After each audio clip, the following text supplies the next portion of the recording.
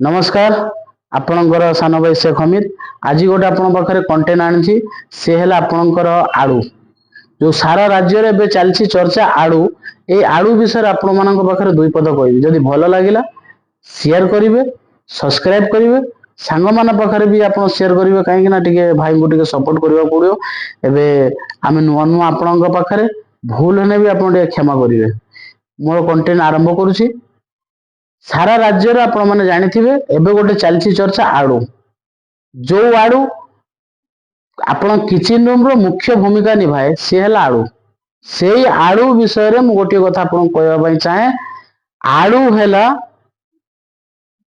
चर्चार विषय आड़ू आमर आसे कोठी ना आमर बेंगल आड़ू आसुथला अचानक सरकार नुआ जते गोटे परिवर्तन हैला किछि दिन मध्य से आड़ूटी बेंगल आमर बंद करदेला मु आपण मानकु गोटे कथा कहबा चाहे कि जेते सरकार नुआ हैला बंद हो गला सेटा मु आज भी मु क्लियर आपन कहि परिबिनी सेटा कोन किमिति बंद हैला मु नेक्स्ट वीडियो रे निश्चित कहबी किए बंद कला जिए सांप छाड़िला सेई गुणिया ही सेई सांप को धरला सेटा निश्चित आपन मु जणे देबी मु कोना दिना सांप मु निजे छाड़िली गुणिया है कहली तुम घर सांप अच्छी मुझे सांप बाहर करदेवी सेम जिनस आपको अवगत करदेवी गोटे कथा आप जानतु जिते बड़े बेंगल आमको आड़ू बंद करदेला आम सारा राज्य गोटे कथा चलता कि डबल इंजिन सरकार आणतु से डबल इंजिन सरकार आपणकर कौन फायदा करिछि आउ डबल इंजिन फायदा आपण कौन पाइले मु आपन कहबा चाहे जेते बड़े बेंगल दीदी आड़ू बंद करदेले सेते भाविले कि आड़ू माने पाइबे सारू खाइबे जेते बड़े अचानक शुणिले आड़ू बंद हो गला बेंगल बंद कले आमर डबल इंजिन सरकार डिजिटल दुनिया सांगे संग आमर मोहन माझी फोन को बुलेले कि चलतु योगी बाबा आम टिके आड़ू पठातु डबल इंजिन डोजर आड़ू सेठी खोलिला डोजर बाबा पठेला आमको आड़ू आड़ू पहुंचला आड़ू जिते पहुंचला एमाने कहते कि यूपी आड़ू खाइबा नहीं से मु कहवाई चाहे यूपी आड़ू और बेंगल आड़ू ता भितर कौन फरक आज आपण मु कहवाई चाहे देखंतु ये गोटे जिनस देखंतु कणा कुजा नेंगड़ा छोटा ये हैला बेंगल दीदी ये आमर दीदी अछंती ये हैला आम दीदी आड़ू बाबा आम बाबांकर आड़ू हैला योगी बाबा आड़ू चेंगा चकाचक ये आड़ू आपण खाइबे आपण मासे खाई मु जदी भूल कहूची मो कथा किसी लोक रागुचंदी भाई मु जदी भूल कहूची याकू आपण मास खांतु जाइके आपण जाइके टेस्ट करंतु डायबिटीज केते ना 320 अरे बाबा एटा खाइले मासे चेक करंतु डायबिटीज केते ना 120 एटा जते बड़ आपण वर्षे खाइले केते इंसुलिन लागुची 120 इंसुलिन लेबा पड़ुची पिछा पूरा गरम एटा इंसुलिन नेबा पड़ोनी आड़ू खातु चेंगा आड़ू टंके 2 टंका हम ये सारा छोटा को कहीं खाई पैसा देमी मु छोटा कणा कुजा नेगड़ा लोक केते दिन खाइब 24 वर्ष खाइनु पेट सड़ा खराब यही सड़ा आड़ू सड़ा डायबिटीज आम ए चेंगा आड़ू खाइबा आम योजना कर मोहन माझी सरकार को मोहन सरकार को धन्यवाद जनाऊँ कि सरकार आज जो निष्पत्ति नेले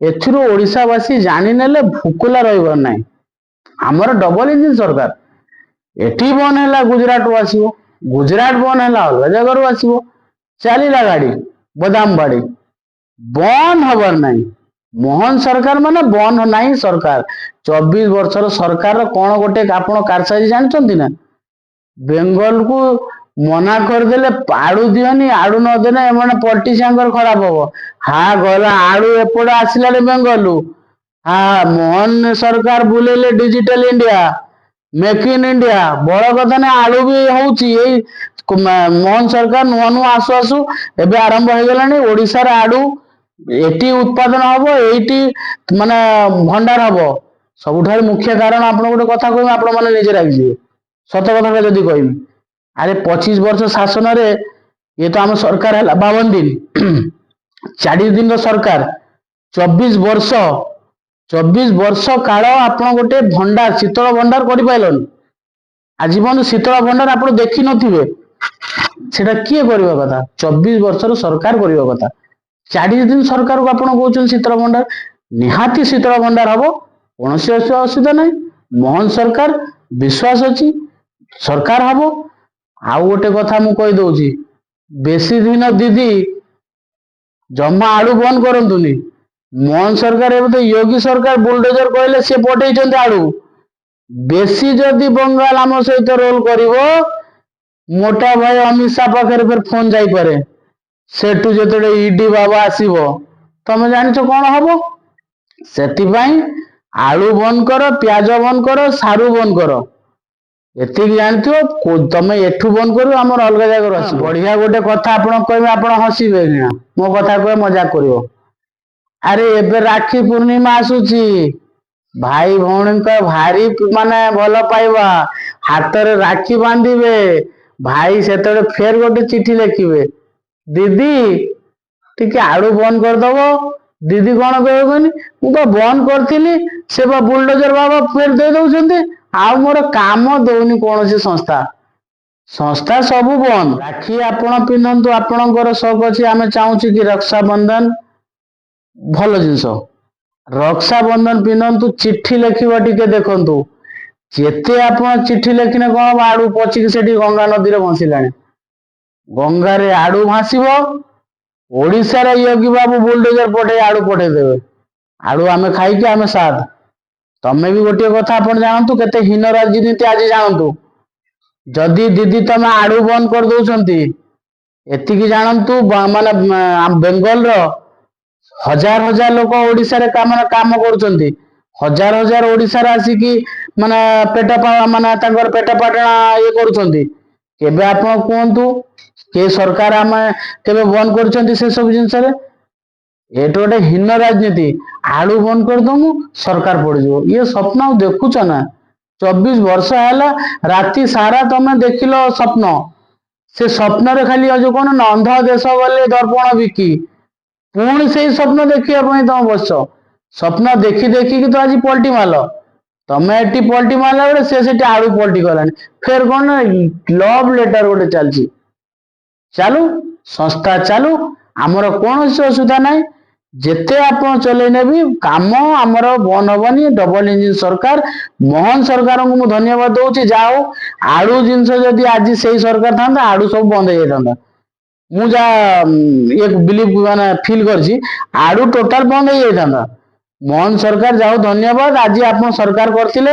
ଯାହା ହଉ ବୁଲଡୋଜର ବାବା ପାଖରେ ଆପଣ ମଗେଇଦେଲେ, योगी ପାଖରେ ଆପଣ योगी ପାଖରେ ମଗେଇଦେଲେ ନା, ତ ଆମେ ଟୋଟାଲ ଆଳୁ କଣ ସାରୁ ଖାଇଥାନ୍ତୁ। 24 ବର୍ଷ ତ ତାଙ୍କୁ ଯାହା ଶାସନ ଦେନୁ, ପୁରା ସାରୁ ଖାଇଥାନ୍ତୁ। ସେଥିପାଇଁ ଆପଣ ମାନେ ଦେଖନ୍ତୁ, ମୁଁ ଭିଡିଓଟା ବଡ କରୁନି, ଏଥିପାଇଁ ଆପଣ ମାନଙ୍କର ସମୟ ଧୈର୍ଯ୍ୟ ରଖନ୍ତୁ। ସବୁବେଳେ ମୁଁ ନୂଆ ନୂଆ କଣ୍ଟେଣ୍ଟ ଆଣିବି, ଟିକେ ସବସ୍କ୍ରାଇବ ଆପଣ ମାନେ କରିଦେବେ। ମୁଁ ଏ ଯୋଉ ନେଙ୍ଗଳା ଛୋଟା ଆଳୁ, ମୁଁ ସବୁ ବିଷୟରେ ଗୋଟେ ଗୋଟେ କରି କହିବି। ଦିଦିଙ୍କ ବିଷୟରେ କହିବି, ଆଉ ଇଏ ଆମ ଦାଦାଙ୍କ ବିଷୟରେ ବି କହିବି।